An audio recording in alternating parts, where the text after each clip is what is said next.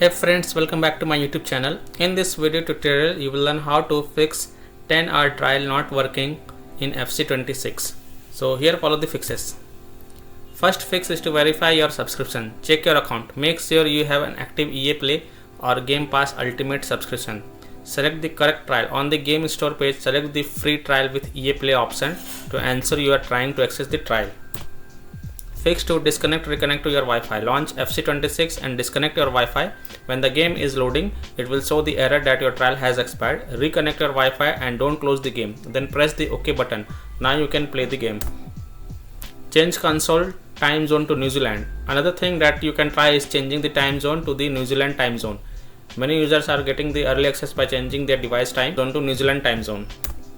Fix for cancel the pre-order and reset your Xbox. Go to the Microsoft website, log into your account and go to the recent purchases. Cancel your pre-order for FC26 and reset your Xbox. Once you do this, you can access the free trial without any error. Fix 5. Play the free trial from the Xbox store page. Go to the Xbox store page of the FC26. Press the play trial with EA Play. Once you press it, an update might be available for you. Update it and then you can access the trial.